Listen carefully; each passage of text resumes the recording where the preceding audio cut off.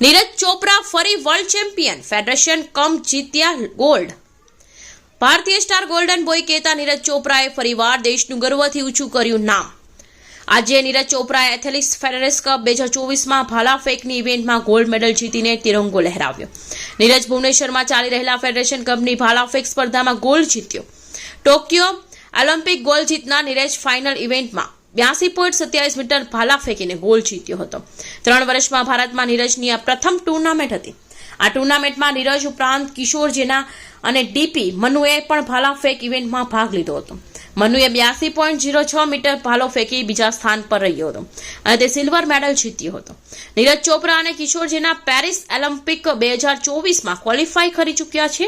આ જ કારણ હતું કે તેઓ બંનેને ડાયરેક્ટ ફાઇનલમાં જગ્યા મળી હતી। નીરજ અને મનુ પછી ઉત્તમ પાટીલ ત્રીજા નંબર પર છે। ઉત્તમે 78.39 મીટરે દૂર ભાલો ફેંકી બ્રોન્ઝ મેડલ જીત્યો હતો।